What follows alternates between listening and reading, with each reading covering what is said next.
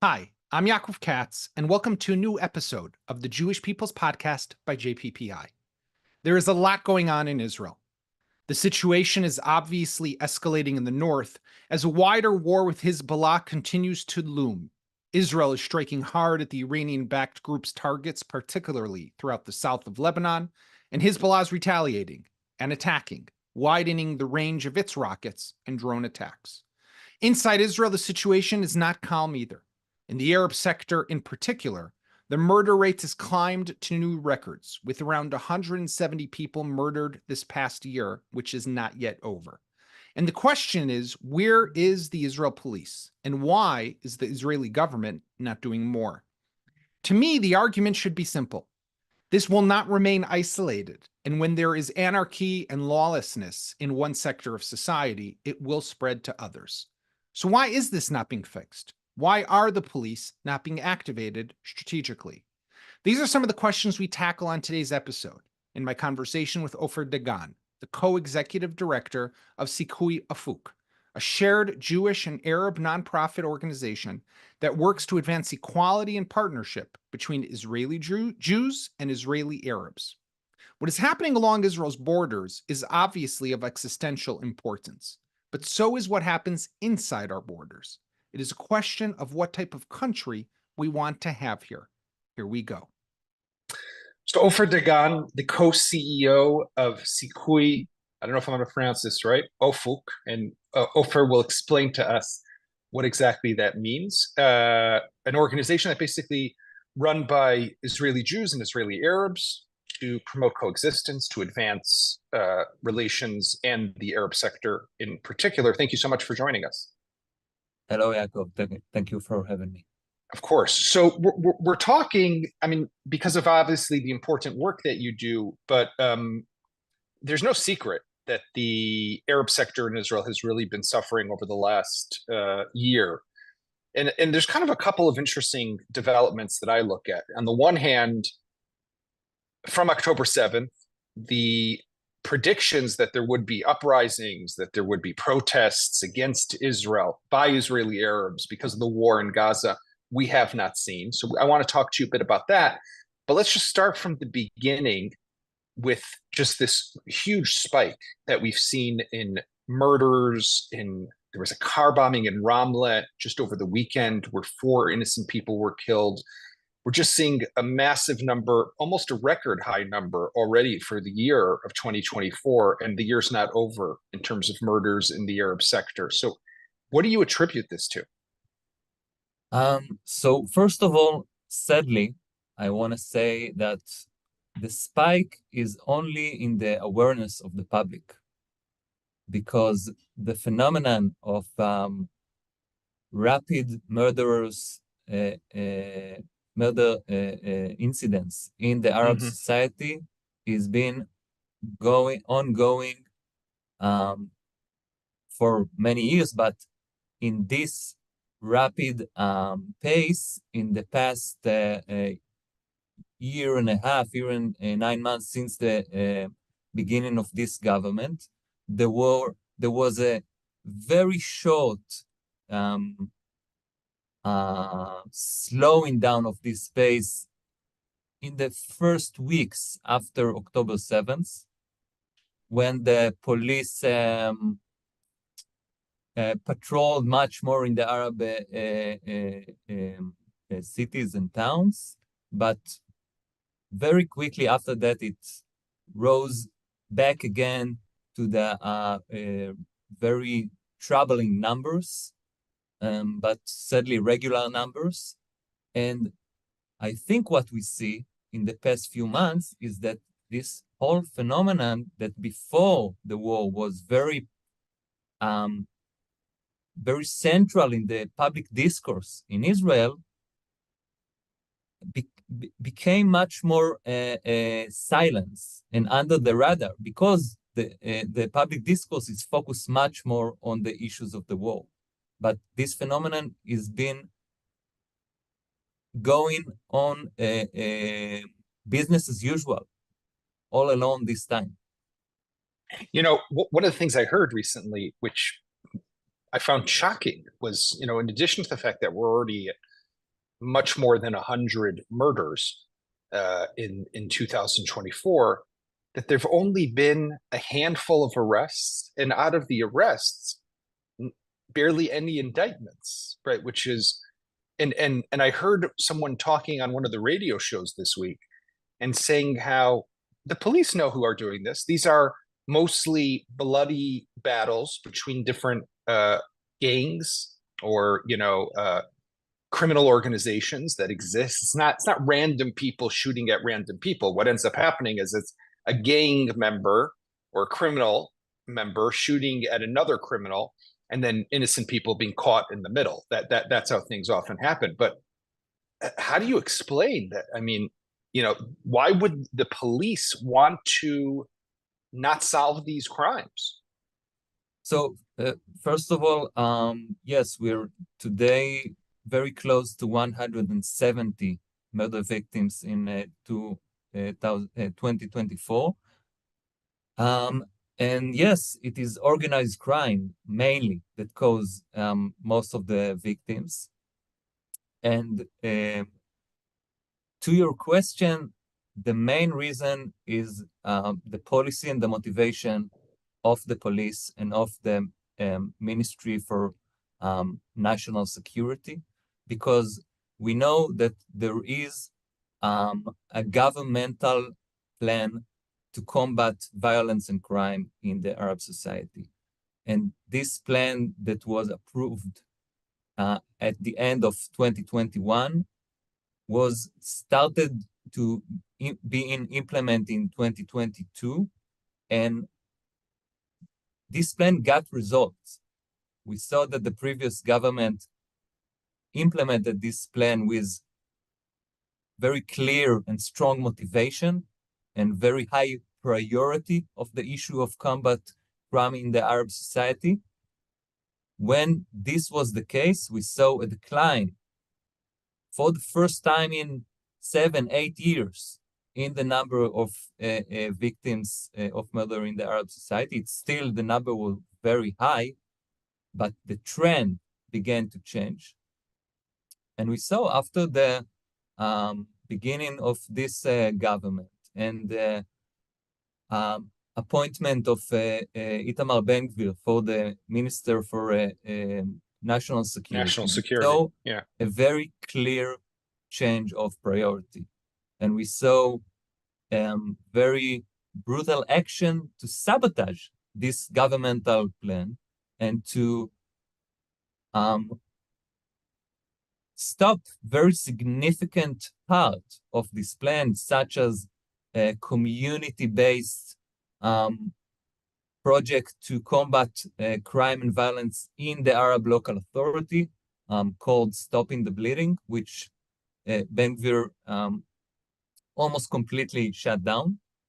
And we saw that this minister is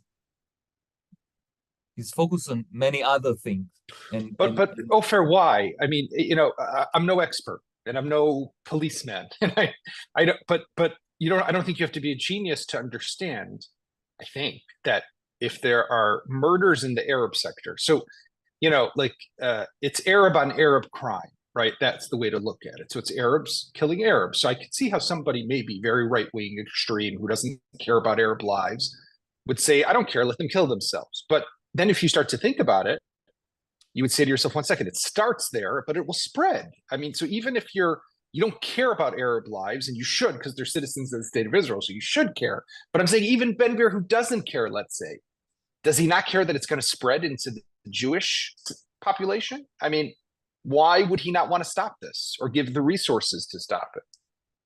I think, first of all, the thought that it will spread to Jewish community is something that we heard a lot, and it is possible that it will happen. To this date, it didn't happen on massive scales. In some because the organized crime work on close circles of community, and in Israel there is a very clear segregation on many aspects of life between Arabs and Jews. For instance, the organized crime thrives on gray market that relies on the lack of credit schemes suited to the needs of the Arab society. So many of the Arab normative people go to the gray market to get loan because they can get to. I've written about this in the past, and it was news for me as well. And maybe I'll just clarify for our listeners. Sure. Regular Arab citizen of the state of Israel has difficulty getting a mortgage to buy a house, has difficulty taking out a small business loan, which I, as a Jewish Israeli, can go to the bank, get a mortgage. I have to prove that I have salary. I have to prove that I can make my payments, but I don't have that. So because they can't get the mortgage, because they can't get the small business loan, like Ofer is saying, right, you have to go to a gray market, black market, and get it from a gang, a criminal organization. And then you get caught up in this business of organized crime. And then the consequence is that in many cases, the victims are Arabs. And Ben-Gvir knows that. And he knows that, and he doesn't care about it. And he cares mostly about that the police will serve his own political agenda. And he's focused mainly on that. Those are his policy objectives, to get the police to serve his political agenda. And most of his resources, if you look at the process of legislation, of his struggles on budgets, are focused on this issue. And he neglected the issue of combat organized crime in Arab society, and the results are very, very troubling. Well, he's neglecting Arab organized crime. He's neglecting, sadly, also the far right extremists, what's also often referred to as settler violence in the West Bank. That's also getting a carte blanche, and no one is doing anything. And instead, he's cracking down on, as we saw this past Shabbat in Israel, on a bunch of women who walk into a synagogue and give out a flyer in Herzliya. Those people get arrested and handcuffed and put in a patrol car and spend hours, if not a night, in jail because all they did was give out a flyer. So clearly, where there's a will, there's a way, and there are resources, but it's just a matter of giving them out. So I want to shift gears for a moment, though, Ofer, and go back with you in time. Something we spoke about before we recorded. I remember 2021 during Operation Guardian of the Walls, Shomer Chomot, when there were riots across the country in the mixed cities, in Lod, in Haifa, in Akko, and other places. And there were beatings on both sides, right? There were lynches of Jews. There were lynches also of some Arabs. There was burning of businesses. And it was really a terrible moment for this, I think, for the Israeli society, for the Arab sector in particular. But what happened afterwards was that there were Israeli military officers who said that in the event of another war in the future, the army, for example, won't be able to move its soldiers from the south to the north or vice versa on what's known as Kvish 6, is Highway 6, like the main highway, because parts of it run through the triangle, right? The Mishulash, of where there's a large dominant Arab population. And they even, in the Home Front Command of the IDF at the time, they set up a new reserve unit whose whole purpose was to defend and protect highways throughout the country, because the assumption was that from within, Arab Israelis would protest violently. There would be unrest. We're now almost a year into this war in Gaza. As far as I can tell, I haven't seen one massive protest, one big civil unrest, one lynching of a Jew by an Israeli Arab mob. So to me, and again, I don't know much about this, but to me it sounds like, wow, this is pretty remarkable. And there's an opportunity here even. So I'm curious on two things to ask you. One is why?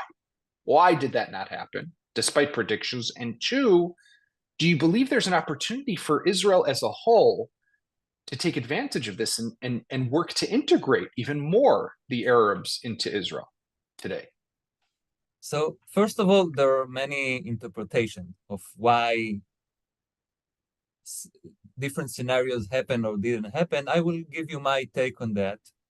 And my take on that is that the Arab society in Israel, the generally most of the Arab citizens of Israel are deeply connected both to the Israeli citizenship and to their fellow Jewish citizens, and also to the Palestinian people and to their fellow people that living under the occupation and under the seas in Gaza and in the West Bank. And because of that, the Arab society in Israel, on the one hand, support the Palestinian struggle against occupation, but also morally resist war crimes against innocent Jewish citizens.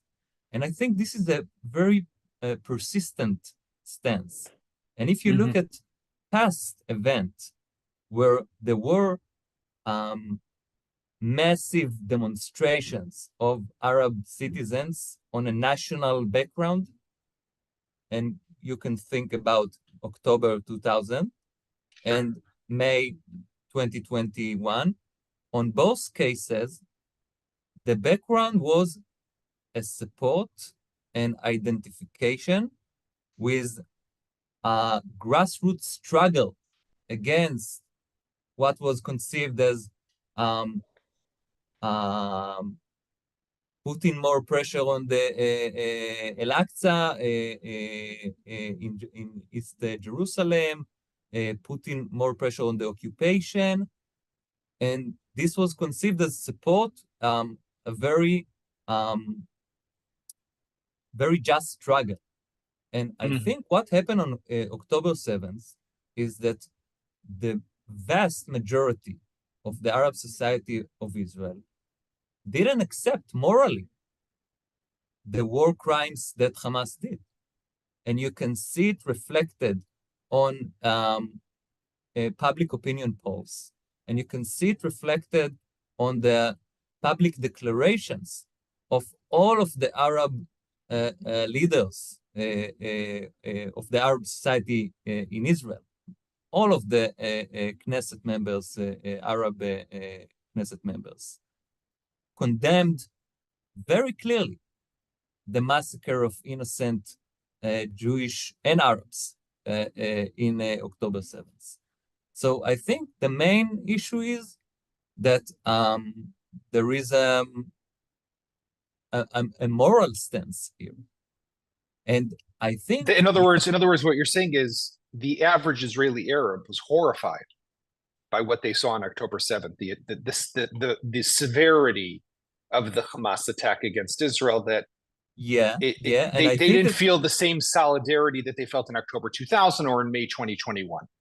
I think that the average Palestinian Israeli citizens is connected both to Israeli citizens and to the Palestinian people. And this is why they didn't sympathize and identify with the October 7 massacre, but they did object very clearly the reaction of Israel that led to the massive killing of tens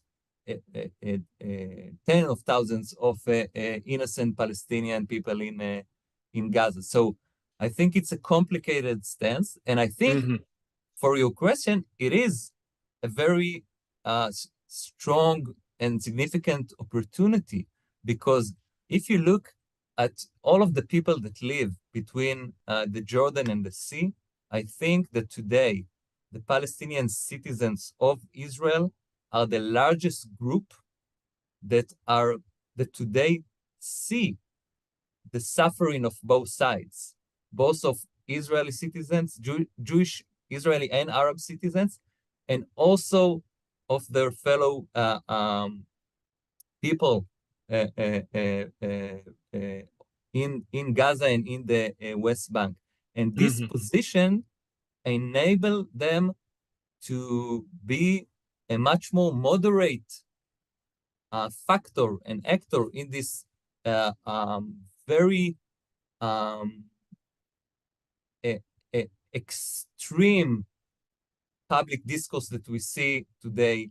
I think also in Israel and Palestine that doesn't see the other side. And I think their position enabled them to see both sides. And I think that instead of being afraid of their support in the Palestinian struggle and interpreting every support and every objection of the war, every support on the Palestinian struggle and every objection of the war as something that threats Israel, we Jewish people that aspire to live here in peace and equality and partnership should see it as a blessing and as an opportunity. We don't need to expect the Arab citizens of Israel to choose sides, to be either Israeli or Palestinian. We look at it, many of us look at it as a contradiction, but it's not. It is a very deep part of their identity, and this is something that we should recognize as an opportunity for more almost like a bridge they could serve as, almost like a bridge, like something that foster understanding and familiarity and recognition between the two people. And I think that if we will find a way to make reconciliation with the Palestinian Arabs in Israel and to accept their complicated identity, we can also start to build a model for much wider reconciliation between the two people. And I think that the prospect here should be not only to integrate the Arabs, Palestinians in Israel to the Israeli society, but to integrate them in a way that give equal treatment and equal rights and acknowledgement and recognition to the fact that they are also Palestinian. Okay, so a lot of political elements here, but I do want to, touch on the fact that unfortunately, whatever people who are listening to this might think, about mentioning of whether Israeli Arabs, Palestinian Israelis, whatever the term is, occupation, this, that, or the other, doesn't make a difference really to me. And I think in this conversation, because the sad reality is, Ofer, that nothing's really going to change with this government, right? And the current government, I think whether you're on the right, you're on the left, or the center, you have to recognize that this government is only taking us backwards, which is truly unfortunate. So I do want to ask though, Sikkuy-Aufoq, what is it? This idea of an organization. First of all, explain to us the name. Sikkuy means opportunity. Aufoq, you'll tell us what that means. It's Arabic. But what is the organization done? What is it created for? And I know it's got Jews, it's got Arabs. What is it, the purpose? So Sikkuy-Aufoq, Sikkuy, as you say, it's you can translate it. Maybe the closest translate is to opportunity.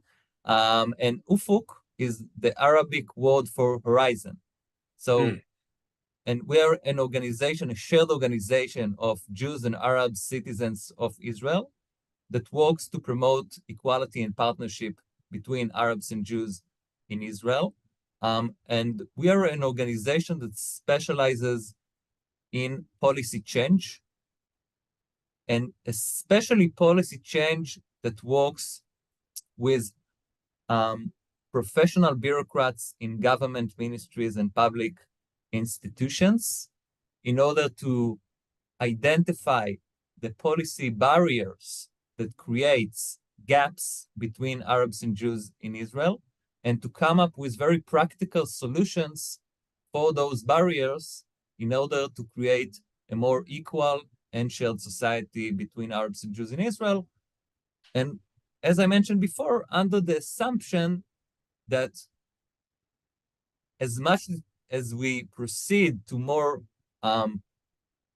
shared and equal society between Arabs and Jews in Israel, it can reflect also on the wider relations between Jews and Palestinians in the whole space between the Jordan and the sea. Can you give us an example, Ofer, of something that, what policy you guys have worked on, affected change with? So I will maybe give policy from the field of housing and planning. Many times, the government policies towards the Arab society creates discrimination not only because there is racism and discrimination that are made on purpose, but many times it's because the government doesn't have familiarization with the characteristic of the Arab society. Mm-hmm. And for instance, in Israel, in the past several years, there were a very big housing programs for young couples called in Hebrew Mechir LaMishtaken. It's a program that market house units for young couples on reduced price. And the thing is that in order to participate in the plan, you have to be a married couple. Mm-hmm. And if you look at it superficially, it makes sense. Right. It doesn't look like a criterion that discriminates Jews or Arabs.